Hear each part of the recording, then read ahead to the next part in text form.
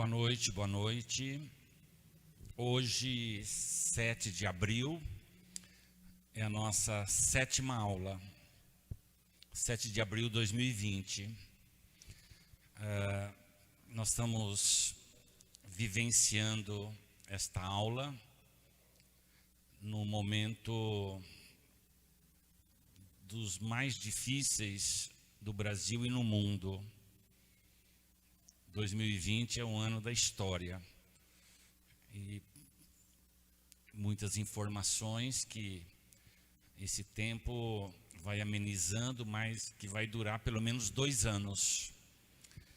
E as nossas preces, orações, agora mesmo o professor Valdir dizendo que sua filha, que é médica, está em quarentena, e pedindo as orações. Essa semana, muitas pessoas partiram rapidamente. Muitas famílias estão assim com uma dor na alma profunda, que só Deus e as esperanças podem superar esse momento que vai durar bons tempos. E é nesse clima que nós estamos na 7ª aula da cannabis medicinal. Hoje, o professor Paulo, ele é de Rondônia, da Universidade Federal de Rondônia, e ele vai estar nos falando sobre o sistema endocannabinoide. Inclusive o Maurinho preparou uma carta sobre o sistema endocannabinoide. A doutora Carolina Nossetti, na última aula, também falou um pouco do sistema endocannabinoide. E o professor Paulo vai falar do sistema endocannabinoide e o sistema nervoso central. Tem aqui esse quadro. Tem um grupo de meninos aqui, né, são jovens, adultos. Eles me deram de presente esse quadro aqui, que reflete muito bem o sistema endocannabinoide. Como eu tenho o sistema circulatório, o sistema digestório, eu tenho o sistema endocannabinoide. E eu peço que todo mundo pesquise o que é o sistema endocannabinoide. Esse quadro aqui mostra, aqui na pessoa humana, né, na cabeça, aqui abaixando, a planta cannabis. É isso daí mesmo. Dentro do nosso organismo, uma das coisas que eu achei assim das mais belas foi o Lair Ribeiro falando do sistema endocannabinoide e ele mostrando que dentro do nosso organismo tem elementos da cannabis. Por isso que quando eu tomo o óleo da cannabis, ela faz um efeito maravilhoso para muitas pessoas. Cada caso é um caso. É importante, hoje eu conversei essa semana com muitas pessoas de vários lugares da América Latina, a Lígia, do Paraguai. Eu estava falando agora com a Gabriela, de Piracicaba, Campinas. A Simone, da Bahia. A Valéria, do Rio de Janeiro. O Pedro, de Goiás. O Nelson, de Santa Catarina. Enfim, nós temos no Brasil todo pessoas querendo conhecer mais a cannabis, já estão com a mão na massa também na cannabis. Então, essa nossa caminhada da cannabis, ela tem muitos desafios. Um deles é a questão dos médicos. Eu peço que você, pegando as cartas da cannabis, leve para o médico que você conhece. Porque muitos médicos querem conhecer a cannabis. Claro que tem médicos que têm preconceito, tem médicos que foram formados na medicina das doenças né, da indústria farmacêutica e que trabalham contra a cannabis. Isso sempre vamos encontrar em todos os lugares do mundo. Mas aqui no Brasil, eu estou repetindo essa frase aqui, olha. A medicina do presente e do futuro passa pela cannabis medicinal. Só que a população tem que se apropriar da cannabis. Plantar cannabis. Aprender a fazer o processamento do óleo. E fazer a prática para que esta caminhada ela chegue. Hoje no Brasil nós temos 10 milhões de pessoas que teriam suas dores aliviadas usando a cannabis medicinal. O Dr. Lair Ribeiro, ele diz que a cannabis ajuda em 200 casos de situações da saúde. Que coisa maravilhosa, uma planta divina. E essa planta no Brasil, segundo o nosso amigo da Abrace, lá da Paraíba, ele diz que o Brasil é diferente de todos os outros países. Aqui a cannabis enraizou já. Nós temos milhares de pessoas no Brasil que estão plantando, que estão fazendo uso. E o segundo desafio é dos advogados. Nós já temos médicos e médicas da cannabis. Nós já temos advogados da cannabis. Mas são poucos, né? Entra aí o nosso papel de estar divulgando. É importante sempre repetir uma coisa. A saúde é um todo. É holística. Holos, o todo. Por isso, quando a pessoa faz uso da cannabis, ela precisa ter certas mudanças na bebida da água, uma água boa, com pH acima de 8, pelo menos. Ela precisa ter uma alimentação a mais saudável possível, evitar toda essa alimentação ácida, que abaixa o pH da pessoa, que fica com portas abertas para as doenças.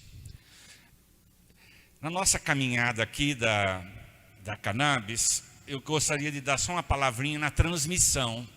Tem muitas pessoas que moram em alguma região do Brasil, ou como o caso da Lígia, que está lá no Paraguai. Eu estou aqui num lugar que não tem, né, a linha para assistir ao vivo. Eu recebo gravada. Então nós temos o Fernando, a Gabi, o Douglas. Queremos agradecer ao Douglas, ele está lá em cima fazendo a gravação.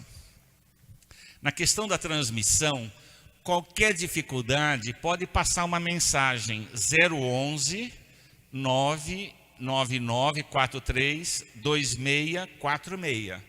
Olha, eu estou com dificuldades na transmissão. Aí eu vou passando para o Fernando. Aí o Fernando vai respondendo. Se demorar, volta a falar comigo ou fala com o Douglas. Outra coisa que é importante na nossa caminhada são as cartas da cannabis. Por que nós estamos produzindo estas cartas? Elas estão na rede já. Mas é importante que possamos criar uma nova literatura da saúde. Qual que é a literatura da saúde hoje? Ela é escondida.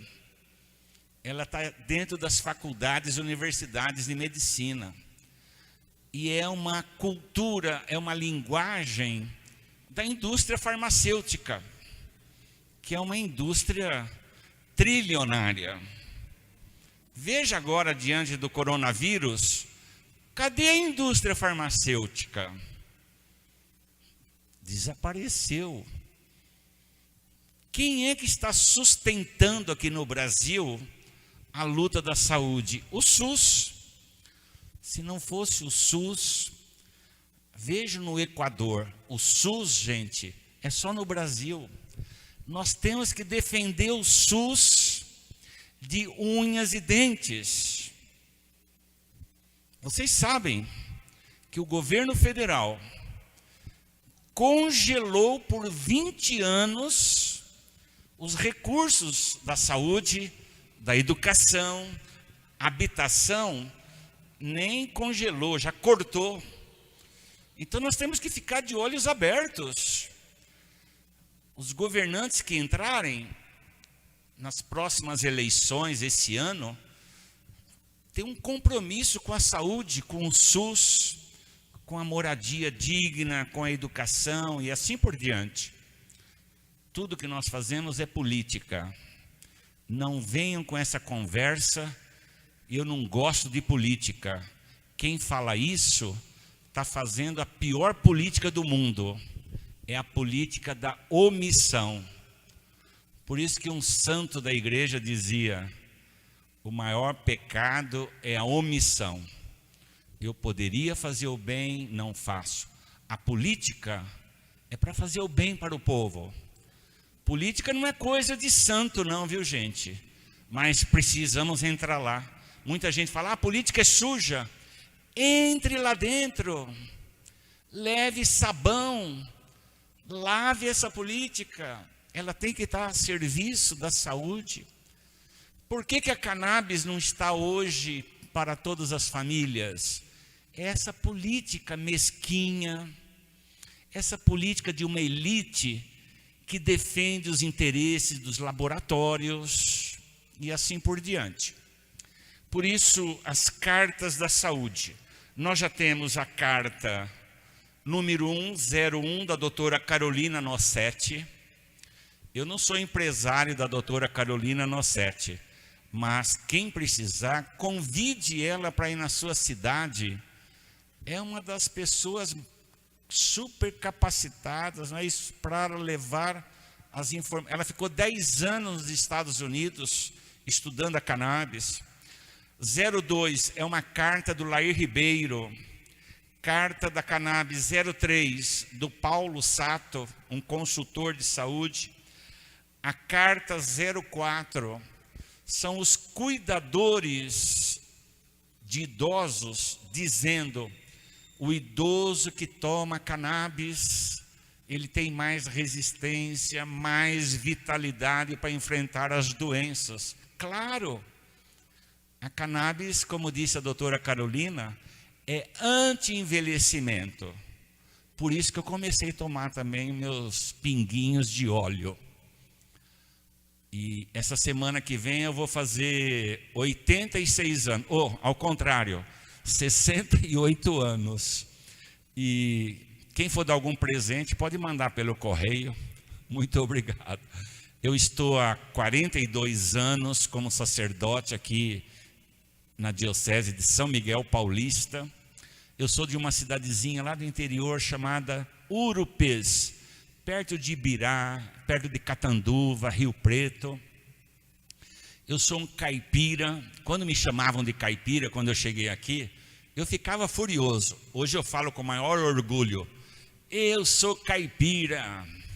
Eu não sou caipira com sotaque lá de Piracicaba, mas eu sou caipira aqui na capital. Então nós temos a carta 05 que o Maurinho preparou do sistema endocannabinoide. Nós vamos fazer uma carta que vai sair em breve. O título é Por que proíbem a cannabis no Brasil? A gente precisa saber as razões por trás. Quem é que está por trás da proibição da cannabis? As mãos invisíveis, mas que são concretas, né? Então essa é uma caminhada. A carta 010 é uma experiência na Nova Zelândia, muito interessante. Então essas cartas nós queremos que sejam conhecidas por todos. Pessoal, nós defendemos aqui uma coisa que é a desobediência civil organizada. O que seria isso? Tem gente em vários estados do Brasil, pais e mães se organizando, formando associações, movimentos da cannabis. em desobediência civil. O que seria isso? Você reúne as famílias que estão precisando da cannabis, faça uma ata dessa reunião, comece a entrar na justiça, vai demorar. Uma associação, entrar na justiça, até ter toda a documentação. Mas ao mesmo tempo, na sua cidade, você vai fazer uma ata e vai entregar ao delegado, ao coronel da cidade, ao juiz da cidade, dizendo: nós já entramos com o processo, mas como está demorando, nós vamos fazer o plantio já em desobediência civil. Deu para entender? Porque aí nenhuma autoridade tem desculpa de dizer: vocês estão fazendo só desobediência civil. É uma desobediência civil organizada. Entre legalmente na justiça e ao mesmo tempo vão plantando e dizendo publicamente: estamos plantando para atender as crianças. Gente, quantas pessoas que têm epilepsia, convulsões. Os trabalhos magníficos da cannabis estão nesta área de convulsão, dos autistas, Parkinson, Alzheimer, câncer, dores. Olha, poderia fazer essa lista de 200 situações da saúde. Então, queridos, queridas, o nosso trabalho aqui, ele tem certas despesas da escola de formação. Quem puder estar colaborando, todo o convite, o Maurinho, ele é o coordenador financeiro, e você, se puder estar colaborando com aquilo que você pode, vai nos ajudando a manter esse curso. O TCC é um trabalho bem simples. Hoje, eu não me lembro o nome da pessoa, ela falou: eu vou fazer o meu TCC sobre o sistema endocannabinoide.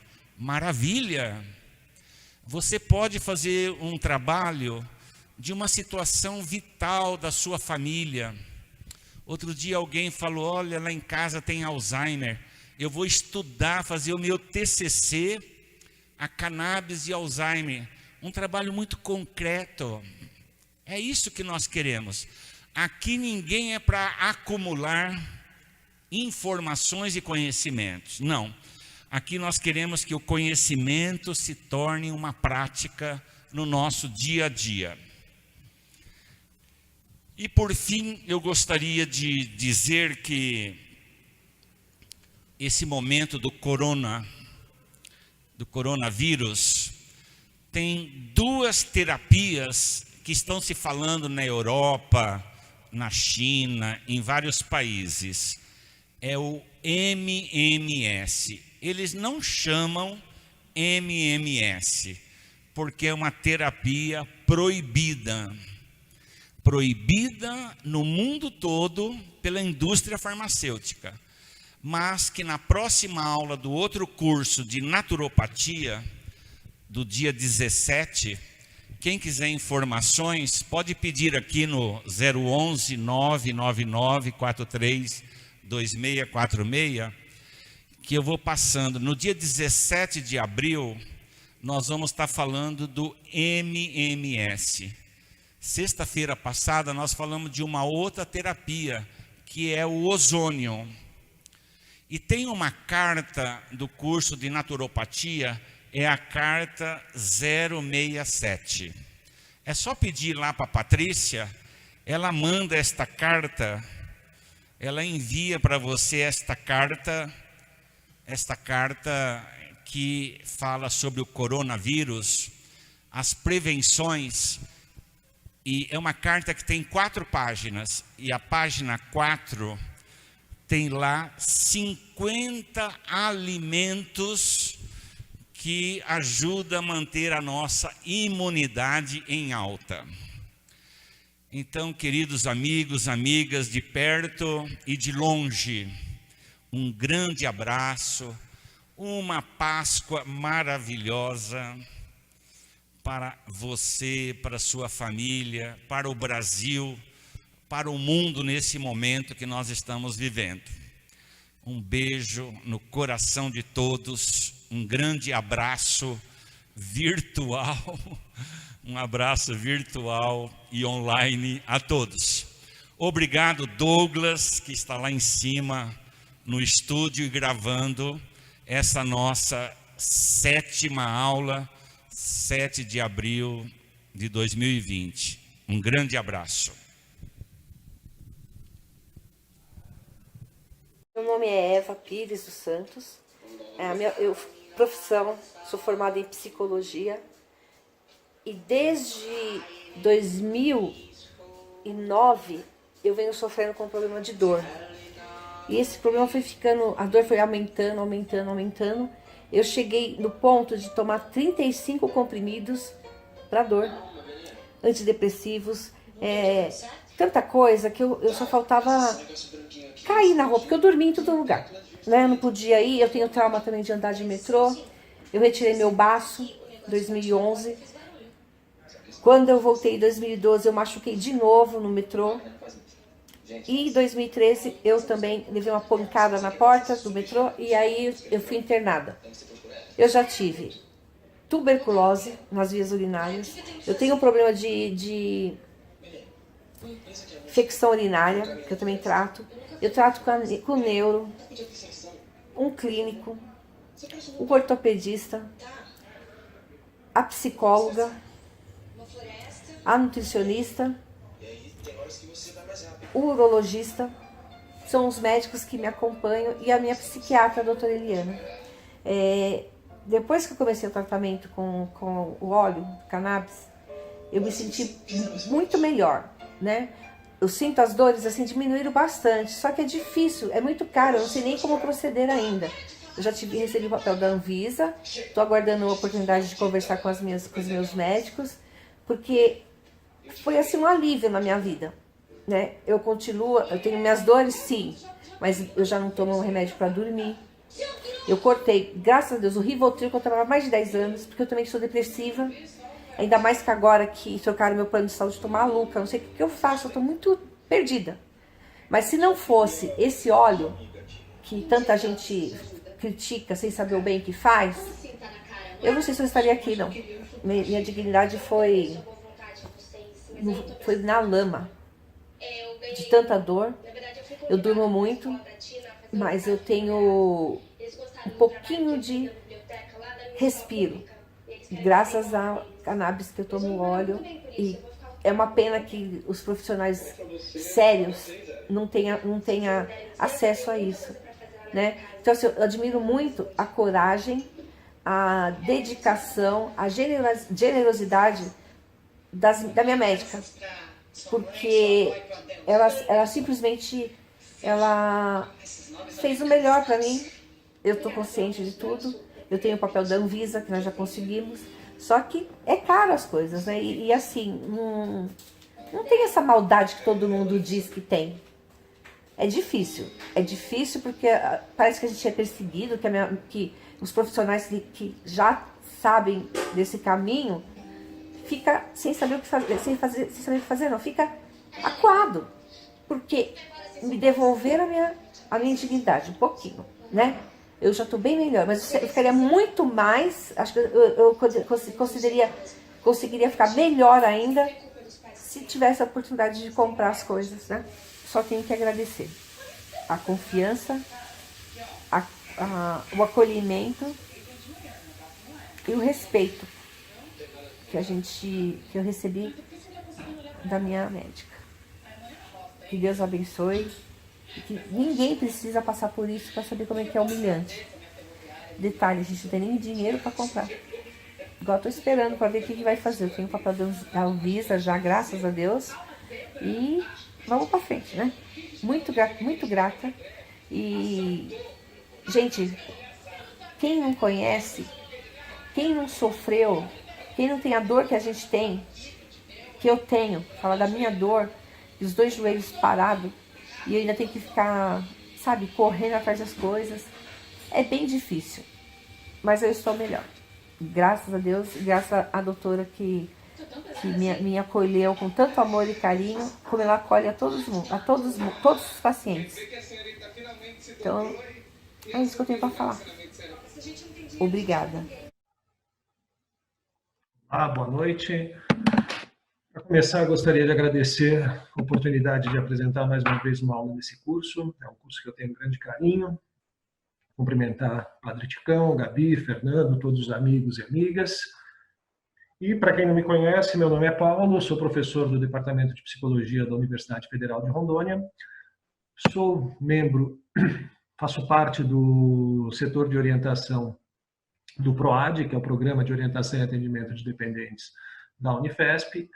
Também sou membro da Associação Cultural Canábica, a CUCA, e da Sociedade Brasileira para Estudos da Cannabis, a SBEC. E essa noite eu vou conversar um pouquinho com vocês a respeito do sistema endocannabinoide e do envolvimento desse sistema no desenvolvimento do sistema nervoso central. Bom, começando com o sistema nervoso central, o sistema nervoso, diferente de outros sistemas orgânicos, que o nome está relacionado com a função, né? Sistema digestivo digere, sistema respiratório respira. O sistema nervoso ele está relacionado com a composição dele, do que é feita a estrutura, né? De nervos. Tá? E se a gente fosse pensar em funções para esse sistema nervoso ele vai ser responsável por detectar informações do ambiente, processar essas informações e promover respostas comportamentais de relação do organismo animal com o ambiente. Aqui nessa imagem a gente tem uma representação aqui do lado esquerdo da parte sensorial do sistema nervoso, né? Isso aqui para diferentes órgãos dos sentidos, no caso aqui estou falando de sensibilidade tátil, mas vale para as demais modalidades sensoriais também. O que vai acontecer? Uma informação ambiental, algo no ambiente, vai gerar uma mudança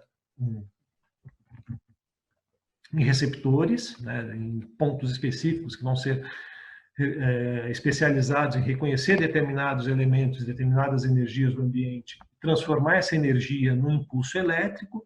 Esse impulso elétrico ele vai percorrer diferentes estruturas até chegar no córtex e a gente ter consciência daquilo que está acontecendo no ambiente. Por exemplo, aqui uma pena sendo tocada no dedo, essa informação segue pelo nosso braço, pela nossa medula, chega na região do tálamo, parte mais interna do encéfalo, até chegar no córtex, onde a gente toma consciência de que tem alguma coisa tocando o nosso dedo. Né? E aqui do lado direito eu tenho vias motoras, uma parte motora do sistema em que eu vou ter um conjunto de neurônios aqui no chamado córtex motor primário, que a atividade elétrica deles vai se propagar para diferentes estruturas do sistema nervoso, vai chegar na medula vai ter contato com um neurônio que faz contato com o músculo, e esse neurônio que faz contato com o músculo vai passar a informação e vai gerar uma movimentação desse músculo, promovendo uma resposta comportamental. Tá? E como eu falei, o sistema nervoso recebe o nome com base nos elementos que compõem ele, e esses elementos que compõem o sistema nervoso são as células nervosas, que são basicamente de dois tipos: células neurais, os neurônios, e os axônios. Vou falar um pouquinho a respeito dos neurônios, que são as principais células, não as mais numerosas, mas que têm uma grande relevância em termos de funcionalidade, que são os neurônios. O neurônio ele é composto por um corpo celular, assim como outras células do organismo, só que diferente de outras células, ele é uma célula que processa a informação e gera potenciais de ação, gera atividade elétrica. Ele é composto pelo corpo celular, onde está o aparato principal, os aparatos genéticos e metabólicos da célula, estruturas chamadas de dendritos, que são pontos de entrada de informação, em que ele recebe informações de outros neurônios ou de outras células. O axônio, que é um ponto de transmissão de informação, onde um impulso elétrico gerado aqui no corpo celular, gerado no corpo celular, ele propaga até o final dos axônios, chamados de botões terminais, e nesses botões terminais é onde acontece a comunicação entre um neurônio e outras células, célula neural ou uma célula muscular ou célula ganglionar. Aí aqui a gente tem uma ampliação desse botão terminal, desculpem. E no botão terminal, quando chega o impulso nervoso aqui, tem armazenadas vesículas nesse botão terminal, onde ficam armazenados moléculas de neurotransmissor. Quando o impulso elétrico chega nesse botão terminal, essas vesículas se deslocam até a membrana do neurônio, se fundem à membrana e as moléculas de neurotransmissor que estavam no interior da vesícula, elas são jogadas no espaço extracelular e vão ter alguma atividade em receptores da membrana pós-sináptica de um outro neurônio ou de uma outra célula. Tá? E vai promover algum tipo de ação, ou estimulando esse neurônio a dar continuidade ao tráfego de informação, ou inibindo a atividade dessa célula pós-sináptica. Bom, com relação ao desenvolvimento do sistema nervoso, nosso encéfalo ele não surge prontinho, não surge do nada. Ele, ao longo do tempo, ele se desenvolve, o período intrauterino, por volta da 3ª semana de vida intrauterina, já temos uma estrutura que é composta por células de tecido nervoso, ainda não totalmente desenvolvidos, mas que já são reconhecíveis como células nervosas. É uma estruturazinha chamada tubo neural, e esse tubo neural, ao longo do tempo gestacional, ele vai sofrendo mudanças morfológicas e mudanças funcionais, que ao término de 9 meses de gestação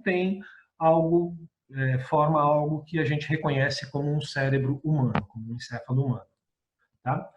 Como eu vou falar da relação dos canabinoides, do sistema endocannabinoide com o desenvolvimento do encéfalo, eu quero mostrar para vocês como é díspare o tempo de relação que a gente tem com a planta, com a cannabis, e o tempo que a gente tem de conhecimento dos canabinoides. Se a gente for pensar, ver isso aqui como uma linha do tempo, aqui é o momento atual, 0, milhares de anos atrás, a gente vai ver que por volta de 8, 9 mil anos atrás, quando começou-se a domesticação de animais, de plantas, a cannabis foi uma das primeiras plantas a serem domesticadas pelos seres humanos e ser cultivada com propósitos específicos, né?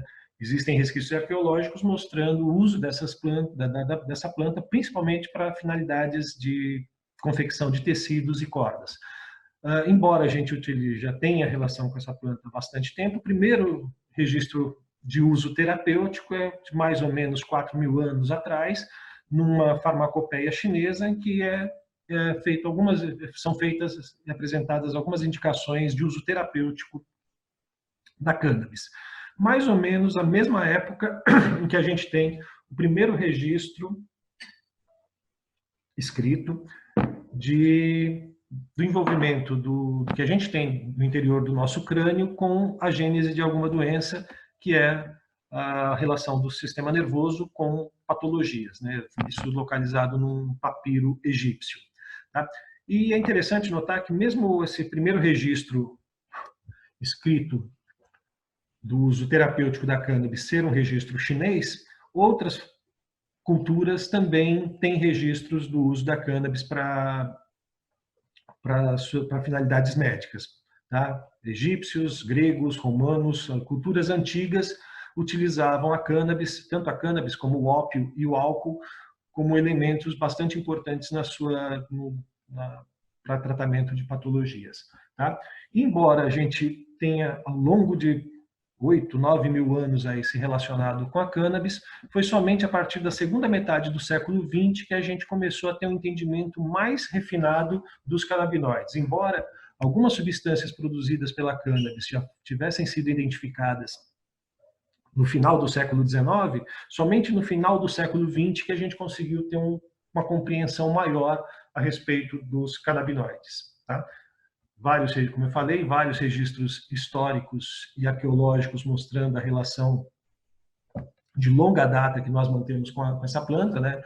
Cerâmicas, escritos, restos mortais, junto com fibras de cânhamo, com sementes de cânhamo, mostrando tanto a relação, o uso dessa planta para finalidades industriais, como para finalidades terapêuticas, recreativas e espirituais.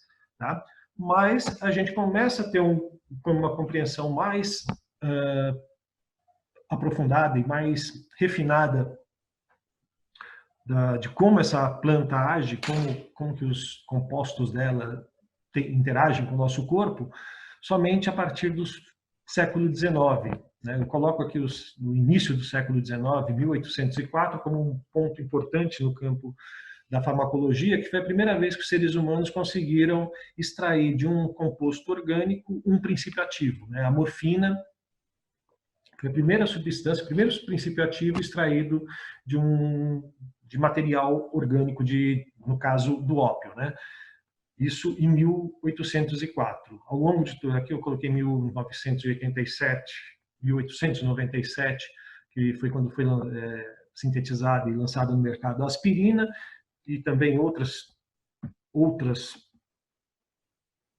compostos estavam disponíveis também na farmacopéia de diversos países, mas a compreensão que a gente tem do sistema canabinoide, ele começou a ser estudado com mais refinamento só a partir da década de 60 do século passado, né? Quando, em 1964, Rafael Michulan e a equipe dele, um bioquímico israelense, conseguiu isolar o principal princípio ativo da maconha, que é o delta-9-THC. Já tinham sido identificados outros canabinoides, mas que são canabinoides de efeitos secundários, e o principal elemento capaz de produzir efeitos, principalmente os efeitos psicológicos, psíquicos da cannabis, foi só isolado em 1964, né, quando a gente teve E a partir disso, e junto com o isolamento, a popularização do uso da cannabis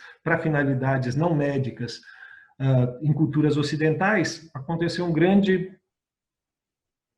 interesse da comunidade científica em compreender como que essa planta age no organismo. E na década de 70 foram desenvolvidos em laboratórios algumas substâncias que têm afinidade, que imitam a molécula do THC, e com esses canabinoides sintéticos foi possível, no final da década de 80, se fazer a identificação de um receptor, de uma proteína de membrana que era especializada em reconhecer moléculas canabinoides. Tá? E se inicialmente foi localizado um receptor, qual o raciocínio básico? Se tem um receptor no organismo que reconhece moléculas canábicas, né, é muito provável que o nosso organismo também produza alguma substância que haja com esse receptor. Porque, afinal de contas, o receptor não estaria ali esperando que o ser humano tivesse contato com a maconha para ser ativado. Né? Então, imaginava-se que já existisse no organismo alguma substância produzida pelo próprio organismo que interagisse com esses receptores. E isso se deu em 1992, com a identificação de substâncias produzidas pelo nosso organismo e que interagem com esses receptores canabinoides. E, como a gente conhecia primeiro a planta para depois conhecer essas substâncias receberam o nome de endocannabinoides, canabinoides internos. Tá? E o sistema endocannabinoide, que a gente conhece dele, né, ele é composto pelos receptores CB1 e CB2, que foram descobertos no final da década de 80. Tá? E se a gente pensar em receptores, quando eu falo de receptores e ligantes endógenos, é interessante a gente pensar no esquema de chave e fechadura. Receptor como uma fechadura, o ligante endógeno como uma chave, que vai alterar a conformação desses receptores e promover uma resposta orgânica. Tá? E esse receptor tem os receptores CB1 e CB2, os ligantes endógenos anandamida e o 2-AG. Anandamida, bem interessante, que o nome é um neologismo formado a partir dos efeitos subjetivos experimentados com a cannabis e também da propriedade, da característica farmacológica dela, né? Ananda, bem-aventurança, felicidade, exaltação, e amida, a característica química, a característica farmacológica da substância. Tá? E também esse sistema é levado em consideração também as enzimas, que são proteínas especializadas em produzir, fazer alterações químicas, né? Então, enzimas de síntese seriam enzimas que, a partir de compostos que a gente obtém pela nossa dieta, essas enzimas transformariam esses compostos em ligantes, né? Formariam os ligantes, formariam a anandamida e o 2-AG. E as enzimas de degradação são também compostos especializados em pegar esses ligantes endógenos, também ligantes exógenos, e degradar, quebrar a molécula, transformar em uma molécula em metabólito. Bom, os canabinoides, a gente pode dividir esses canabinoides em 3 grandes grupos. Canabinoides naturais, endocannabinoides, né, que são produzidos pelos organismos animais, fitocannabinoides produzidos pela planta, e temos os canabinoides sintéticos, que são substâncias produzidas em laboratório. E todos eles interagem com os receptores canabinoides, né, com os CB1 ou CB2. E alguns canabinoides sintéticos interagem com tem uma interação mais forte do que até os canabinoides endógenos. Aliás, até mesmo os fitocannabinoides, eles têm uma ação diferente dos endocannabinoides. Embora hajam no mesmo receptor, eles vão ter afinidades diferentes, vão estimular esse receptor de forma diferente. Bom, diferente de outras formas de neurotransmissão, os canabinoides ele têm transmissão retrógrada. Tá? Eu tenho aqui uma representação de um botão pré-sináptico, um botão terminal, no fim de um axônio de um neurônio, em que vai liberar alguma substância neurotransmissora. Aqui a gente tem o exemplo do GABA e do glutamato, e essa substância vai ser liberada e vai interagir com o receptor pós-sináptico, e a partir dessa interação do receptor pós-sináptico vai ser produzido o endocannabinoide e vai ser liberado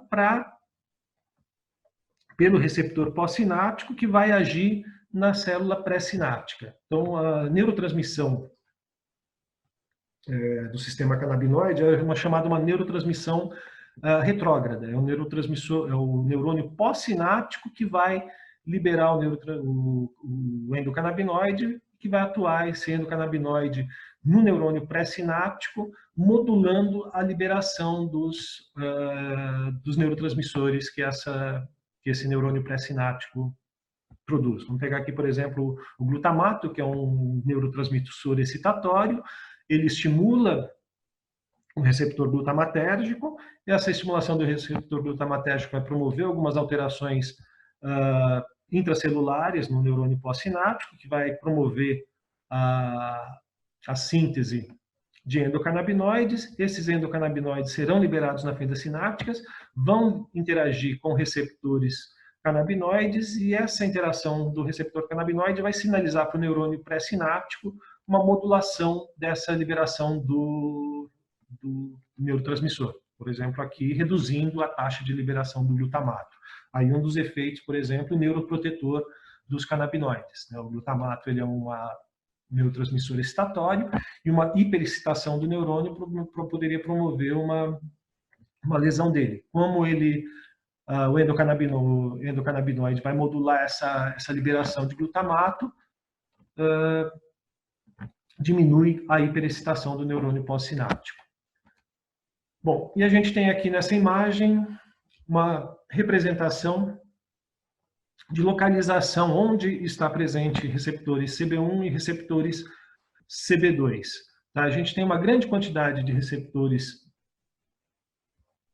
CB1 no sistema nervoso central, temos receptores CB2 também, mas menor quantidade no sistema nervoso central, mas principalmente localizados em células gliais, e receptores CB2 localizados, aqui a gente tem uma representação de um corpo humano, que se fôssemos colocar aqui todos os receptores CB1 ou CB2, ficaria tudo verde essa imagem, né? Nós temos receptores para canabinoides nos músculos, nas vísceras, em muitas partes.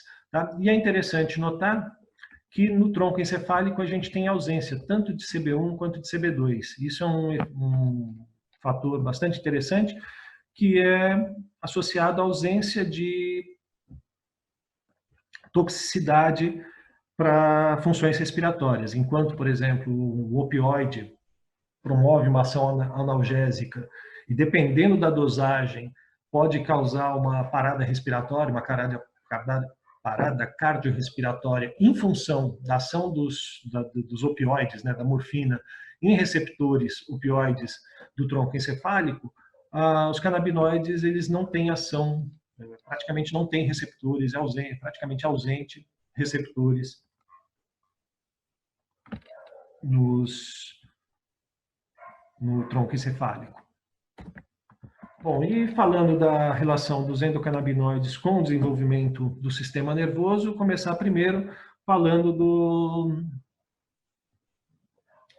dos níveis de anandamida ao longo do período gestacional. Tá? E aqui essas curvas, aqui elas representam quantidades de anandamida, menor quantidade, maior quantidade, e a gente observa que em diferentes períodos gestacionais, tanto no embrião, quanto na placenta, quanto no ovário, vai existir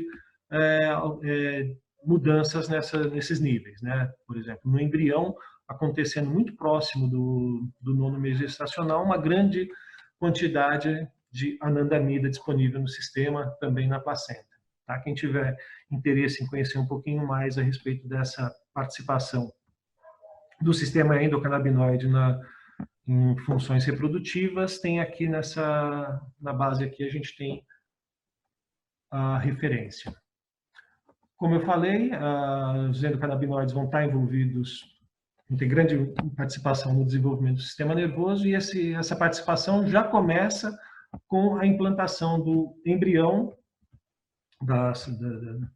do zigoto na parede uterina, né? Vai depender de estimulação de receptores CB1 que vão pela anandamida, a anandamida promovendo a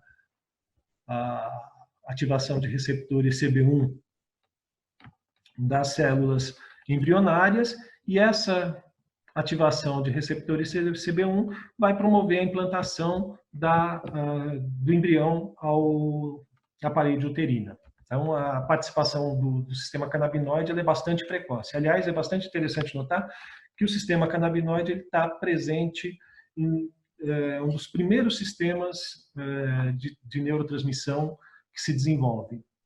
Tá?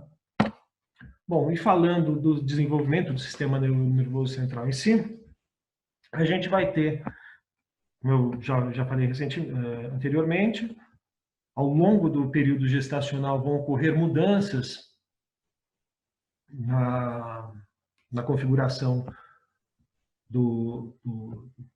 da morfologia e da função do sistema nervoso, e essas mudanças vão ocorrer em etapas diferentes, pode ser divididos em processos diferentes, que acontecem de forma mais ou menos paralela, sequencial, não necessariamente sequencial, mas acontece de forma concomitante. E eu vou falar um pouquinho a respeito desses processos e como os canabinoides estão envolvidos nesses processos. Tá? Bom, primeira fase de desenvolvimento do sistema nervoso é a criação de células nervosas, também chamada de neurogênese e gliogênese. Neurogênese, criação de células neuronais, de neurônios, e gliogênese, a formação de células gliais. Tá? Células que estão localizadas em zonas ventriculares paralelas próximas às zonas ventriculares do tubo neural, elas vão se dividir, formam células chamadas células filhas, são células ainda tronco, são células indiferenciadas, e essas células filhas, em algum momento, elas vão deixar o ciclo de divisão celular e elas vão adquirir características que já dá para identificá-las como células nervosas, né, e acabam sendo chamadas de neurônios jovens. Aqui eu tenho uma representação dessa neurogênese. Eu tenho uma célula-tronco. Essa célula-tronco ela vai sofrer ação química, né, de alguns elementos alguns elementos químicos do nosso organismo, e dependendo de qual substância que vai estar estimulando essa célula, e toda essa estimulação programada geneticamente, né, ocorre de forma pré-programada, e essas células elas vão se diferenciar, ou se transformar numa célula glial, né, esses dois tipos aqui são células gliais, ou vão se transformar em neurônios. E nessa imagem aqui, eu tenho aqui a representação de um tubo neural e diferentes populações celulares que vão sofrer ação de diferentes substâncias químicas também produzidas pelo organismo e que podem sofrer ação de substâncias exógenas consumidas pela mãe, mas que vão, a partir da ação dessas substâncias e por programação genética, vão se converter em diferentes sistemas, né? Aqui o sistema neurônios GABAérgicos, neurônios dopaminérgicos, e todos esses vão ter a ação, para essa formação vai ter participação dos canabinoides. Os canabinoides vão estar presentes aí, sinalizando tanto os ligantes, né, anandamida e 2-AG, como também as enzimas de síntese e degradação vão estar presentes no ambiente celular aí, promovendo a diferenciação, a diferenciação dessa célula-tronco ou em células neurais ou em células gliais. Tá? Uma segunda etapa do desenvolvimento do sistema nervoso é a migração, é o deslocamento dos neurônios da região onde eles foram criados, onde eles foram gerados, até regiões em que vão formar estruturas diferentes do sistema, né? Os neurônios jovens migram, eles se deslocam por uma célula chamada célula glial. Essa célula serve como um trilho que vai da região ventricular. Essa região ventricular é uma região mais interna do tubo neural e vai guiar para regiões mais distais, mais externas do tubo neural. Assim como o processo de neurogênese, o processo de migração, ele também é determinado por sinalização química, e os endocannabinoides têm papel importante nessa sinalização, né? Porque ao nascer os neurônios são arredondados e sem projeções, não tem ainda característica de um neurônio com axônio e dendritos, e quando eles migram, eles vão se tornando alongados, uma parte que vai adiante, que é um prolongamento líder, que deixa eu mostrar nessa imagem aqui, fica melhor, né? Aqui a gente tem uma região ventricular, aqui uma imagem representando uma região ventricular, uma célula glial, onde o neurônio jovem ele vai se deslocar, né, ele vai aderir a essa célula, por sinalização química ele vai se deslocando e vai formando diferentes camadas do sistema, né? Então a célula ela se forma numa região ventricular e ela vai se deslocando para regiões mais externas, e com uma programação genética e toda uma sinalização química bastante precisa, bastante refinada, vai se formando as estruturas do sistema. Tá? Além de se deslocarem os neurônios produzidos, os neurônios, depois de se deslocarem, eles passam a começar a ter diferenciações morfológicas, tá? Morfológicas e funcionais.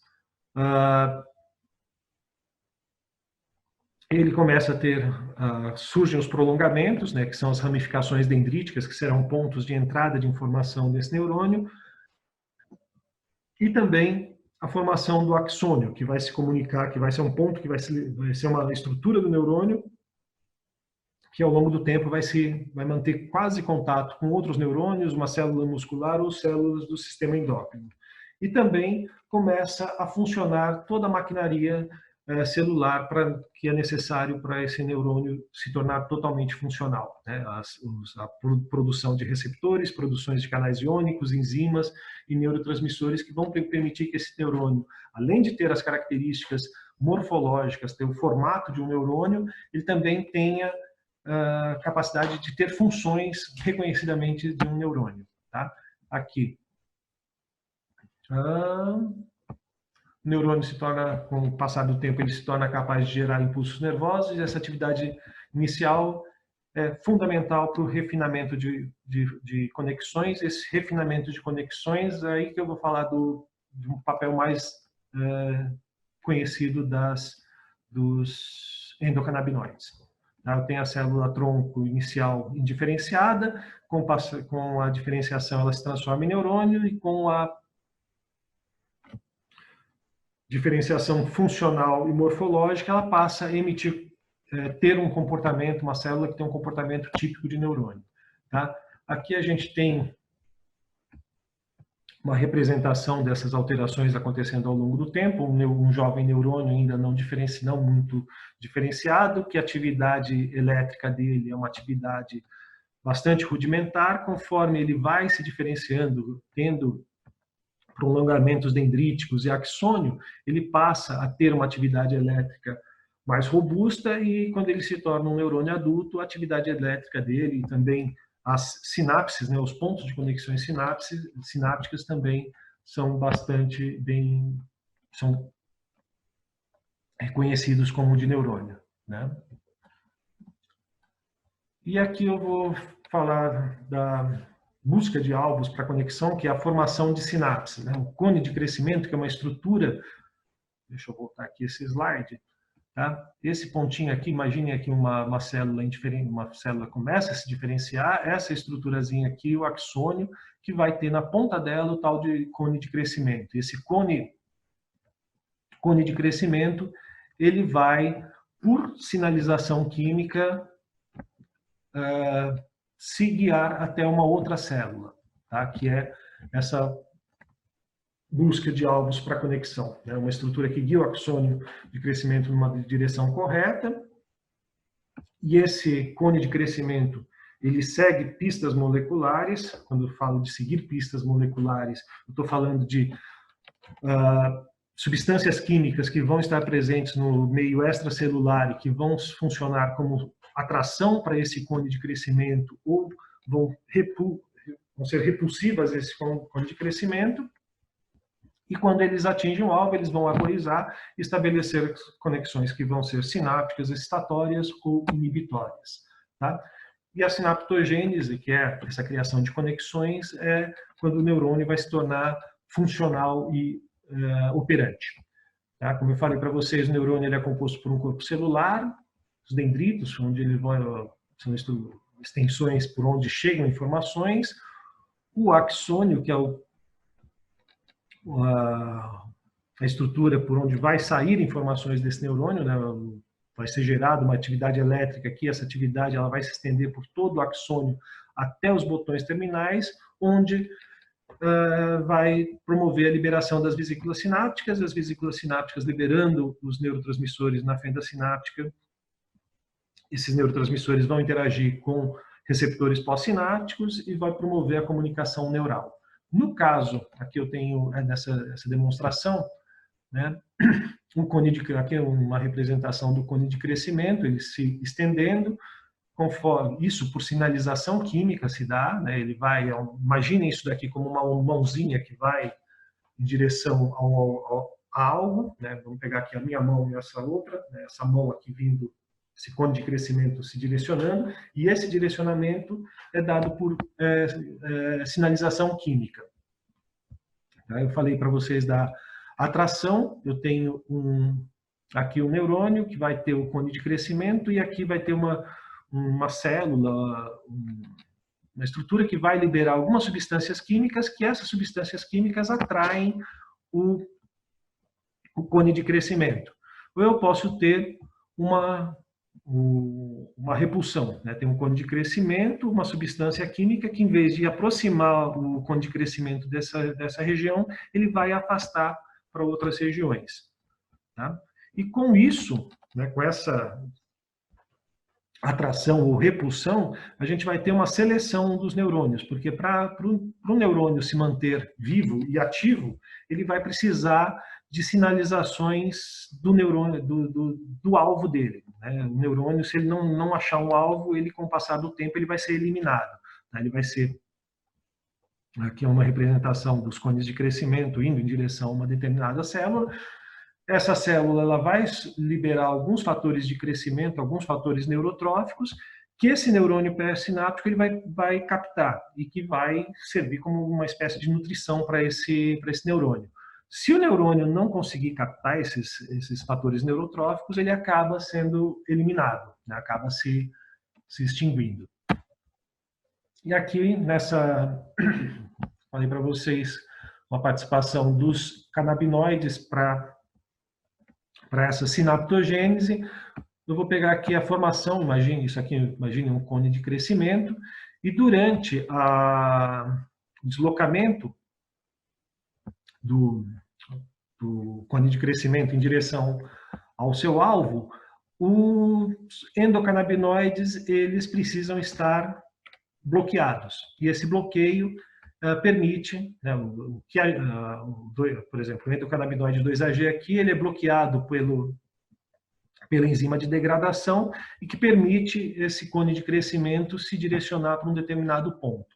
Tá? Isso aqui é uma situação endógena. Vamos pegar agora uma situação em que não é natural, eu tenho acréscimo de um canabinoide exógeno, um canabinoide fitocannabinoide ou um canabinoide sintético.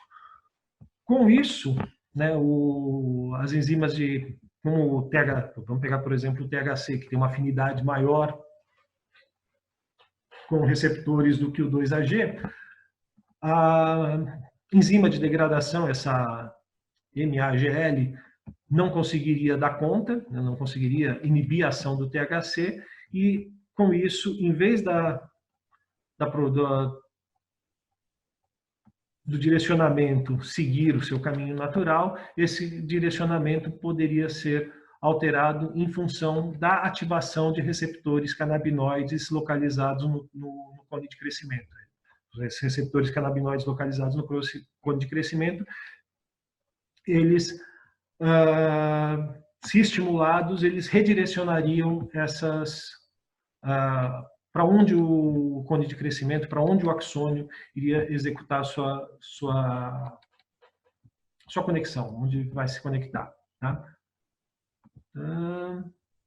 Se está tudo numa situação endógena, a quantidade de enzima e quantidade de 2-AG se equilibram. Quando eu tenho o THC, um outro ligante sintético, a força farmacológica desse THC vai ser maior, vai anular a ação do 2-AG e a enzima de degradação ela não vai ser forte o suficiente para inibir a ação do THC e vai ter a estimulação, a ativação dos receptores canabinoides em momentos que não era para ser estimulados. Né? O desenvolvimento do sistema nervoso ele se dá de uma forma bastante refinada, em que tem processos que precisam acontecer no tempo e no local correto. Caso contrário, pode acontecer mudanças no desenvolvimento. Né? Então, a formação do sistema se dá de uma forma não esperada. Vamos pegar aqui, por exemplo, aqui a gente tem os receptores de CB1, que devem estar ao longo de um determinado tempo, eles devem ser silenciados, não podem estar ativos, né? No caso, o 2-AG os endocannabinoides não agiriam num determinado momento, para ele agir somente num momento final, que é o ponto no cone de crescimento. Quando eu tenho a ação de um endocannabinoide, de um canabinoide sintético ou de um fitocannabinoide com maior ação do que os canabinoides endógenos, ele vai promover a ativação de receptores CB1 em todo o processo, e com isso a gente tem mudanças no direcionamento desse cone de crescimento. E essa mudança de direcionamento pode ter consequências clínicas bastante relevantes. Tá? E depois de tudo isso, para o desenvolvimento do sistema nervoso, a gente tem a última etapa nesses processos de desenvolvimento, são os chamados processos regressivos, que é onde há uma poda dos excessos. Né? Durante todo o desenvolvimento, por uma questão de adaptação, são criados em excesso células, axônios, dendritos, sinapses, tudo no sistema é criado em excesso. Né? Só que num determinado momento esse excesso tem que ser retirado, e essa retirada é que vai possibilitar que o sistema tenha uma conexão e uma inter-relação entre as estruturas desse sistema nervoso mais precisa e mais funcional. Tá? Os processos regressivos, ele vai envolver morte celular programada, chamada apoptose, poda dendrítica, que é a retirada de dendritos, poda axônica, que é a eliminação de extensões de axônio, e a eliminação também de sinapses. A morte neuronal, como o próprio nome sugere, envolve o término do neurônio, o neurônio morre, mas poda dendrítica, poda axônica e poda eliminação de sinapse não necessariamente vai resultar na morte do neurônio. O neurônio continua íntegro, só que com menos dendríticos, menos botões terminais e menos pontos de sinapse. Tá? Desses processos regressivos, a apoptose ela é bastante um elemento que tem bastante importância clínica, não só no caso do desenvolvimento do sistema nervoso, mas também para usos em outras patologias, como, por exemplo, no campo da oncologia. Né? Hoje a gente sabe que os endocannabinoides ele tem uma participação chave nos processos de morte celular programada. Eu posso ter uma alteração, como vamos pegar, por exemplo, no caso de células tumorais, a ação de canabinoides pode eliminar células tumorais, acelerando o processo natural de apoptose da célula tumoral e não de outras células. Tá? Aqui uma representação, uma imagem de uma poda dendrítica, né, de uma redução, aqui ao longo do tempo de desenvolvimento do sistema nervoso. Inicialmente poucas células e poucas ramificações, conforme vai passando o tempo de desenvolvimento, isso ainda período intrauterino, aumenta o número de células, aumenta o número de conexões, e num determinado momento a necessidade de se fazer um refinamento dessas conexões, tirando os excessos. Isso é um processo natural. Tá? E depois de 9 meses de desenvolvimento ultrauterino e depois de uma vida toda, né, a gente tem aqui o desenvolvimento de um cérebro, de um encéfalo adulto, que vai chegar a uma peça que tem mais ou menos 1,3 kg, um pouco maior nos homens, um pouco menor nas mulheres, cerca de 100 bilhões de neurônios, com 10 vezes mais células gliais e muito mais pontos de sinapses. Né? Termos quantitativos, é uma coisa realmente absurda.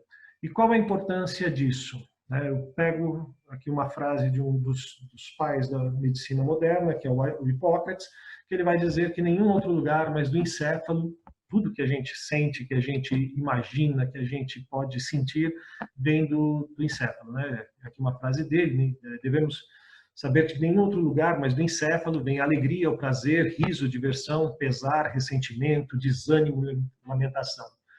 É por isso, de maneira especial, adquirimos a sabedoria, conhecimento, enxergamos, ouvimos e sabemos o que é justo ou injusto, o que é bom, o que é ruim, o que é doce ou amargo. É pelo mesmo órgão que nos tornamos loucos e delirantes, e os medos e os temores nos assombram. Todas as coisas suportamos do encéfalo quando eles não está sadio, e nesse sentido, sou da opinião de que o encéfalo exerce o maior poder sobre a pessoa. Nessa frase aqui nesse trecho aqui extraído de um texto do século VI, quarto antes da era cristã, a gente tem aqui exposto características tanto relacionadas ao funcionamento do encéfalo normal, quanto a ele tornado patológico. E como eu falei para vocês inicialmente, o sistema ele vai ser responsável por detectar informações do ambiente, passar essas informações até chegar no sistema nervoso, né? Por exemplo, pegar aqui uma informação de um toque, uma informação tátil, e essa informação tátil se transformar em uma percepção consciente de que está me queimando o dedo, isso vai depender de uma rede de conexões muito refinadas, muito precisas, né, de centenas de milhares aí de neurônios que vão precisar estar conectados de forma precisa, e caso essa conexão não se dê de forma precisa, vai ter algum tipo de disfunção, né? Eu vou pegar aqui como exemplo uma representação de uma criança com desenvolvimento normal e uma criança com autismo, né? Aqui representando as conexões neurais, como que esse cérebro se conecta e as diferentes estruturas desse sistema se conectam, né? Atividade neural típica desse sistema dele conectado desse jeito. E a gente vai ter nisso um balanceamento entre atividades inibitórias das células nervosas e atividades excitatórias dessas células nervosas, tá? Quando acontece um desbalanceamento dessas atividades, a gente vai ter uma atividade neural atípica e também conexões atípicas, né? Uma hiperconectividade que não se localiza numa criança que tem um desenvolvimento típico. Aqui, vamos pegar aqui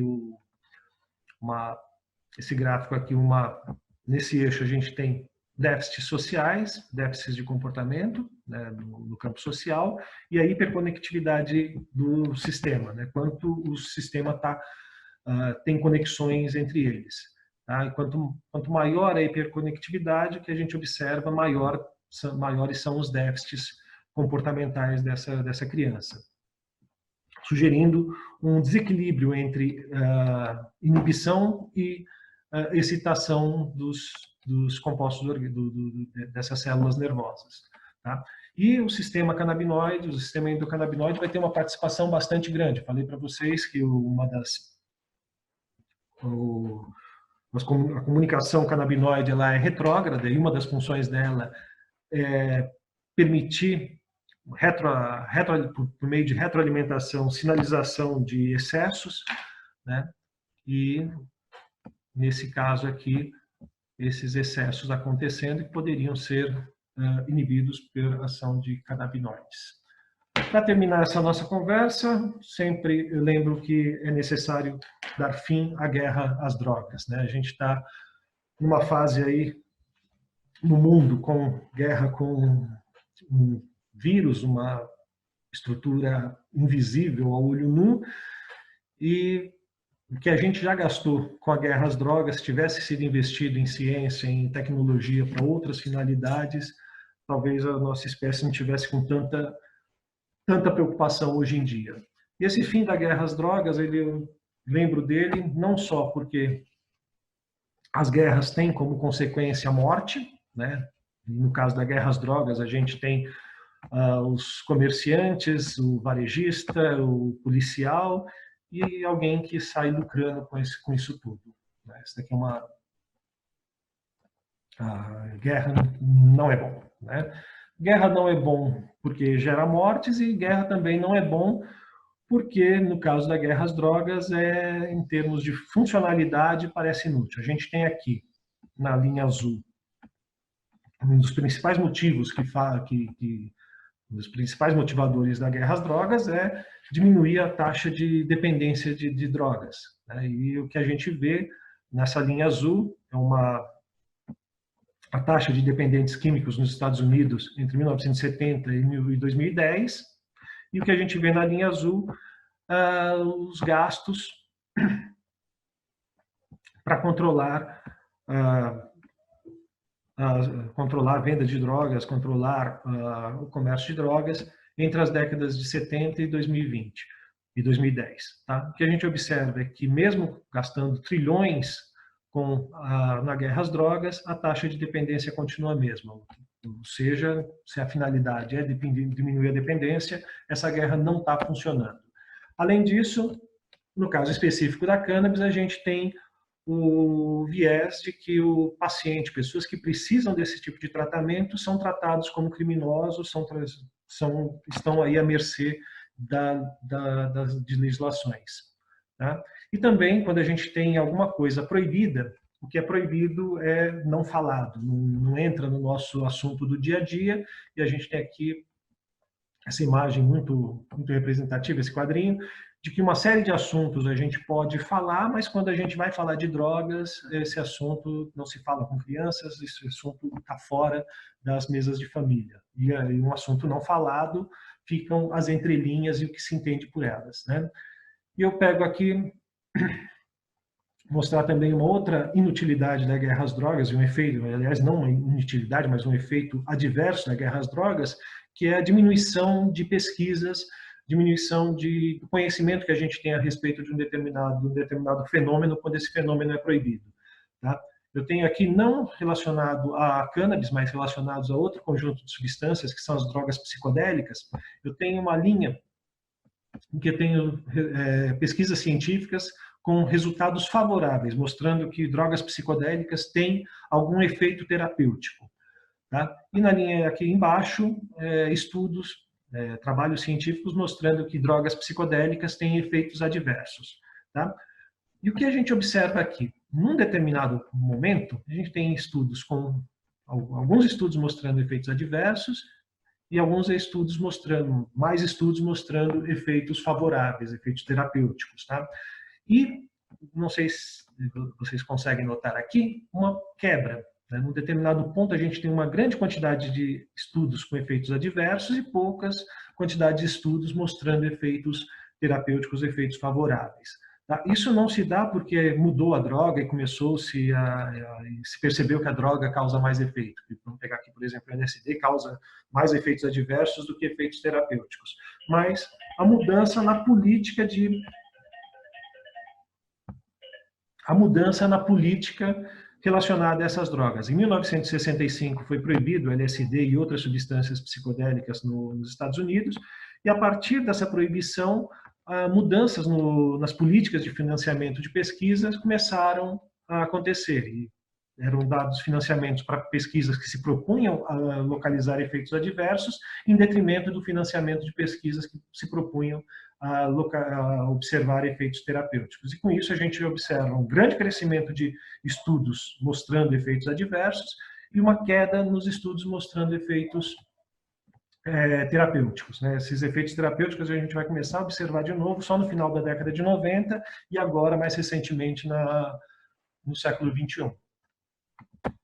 Um outro também efeito dessas políticas proibicionistas é que a gente observa um efeito que eu chamo de efeito Jekyll e Hyde, né? Dr. Jekyll e Mr. Hyde, que a gente tem uma linguagem dúbia quando se fala no campo médico a respeito da cannabis, a respeito da maconha. Por exemplo, a gente tem aqui estudos mostrando os efeitos terapêuticos do uso da maconha para usuários de crack, né? Um efeito terapêutico. E o ano passado foi publicado pelo Conselho Profissional dos Médicos, o CFM, um texto chamado A Tragédia da Maconha, que é algo realmente, em termos científicos, é algo quase infantil, tanto pelo título quanto pelo conteúdo, né? Eu diria até pseudocientífico, né? Por simplesmente abordar uma única face da moeda, que é a face negativa, e a gente tem isso, né? Um discurso médico que às vezes parece o Dr. Jekyll, que é bonzinho e mostra, vê os efeitos terapêuticos e as propriedades positivas dessa planta, e o Dr. Hyde, né? A figura má, falando somente dos efeitos aversivos, efeitos negativos da planta. Tá? E, além disso, também o efeito sobre a própria prática de alguns médicos, né, alguns profissionais. Aqui é um quadrinho norte-americano falando da posição de médicos da Flórida com relação ao cannabis medicinal.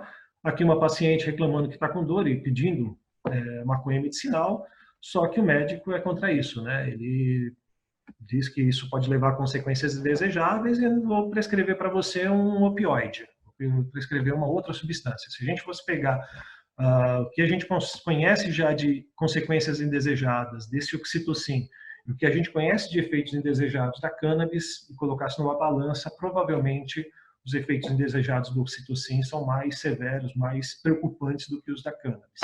Tá? Como efeitos mais severos e preocupantes, eu falo da letalidade.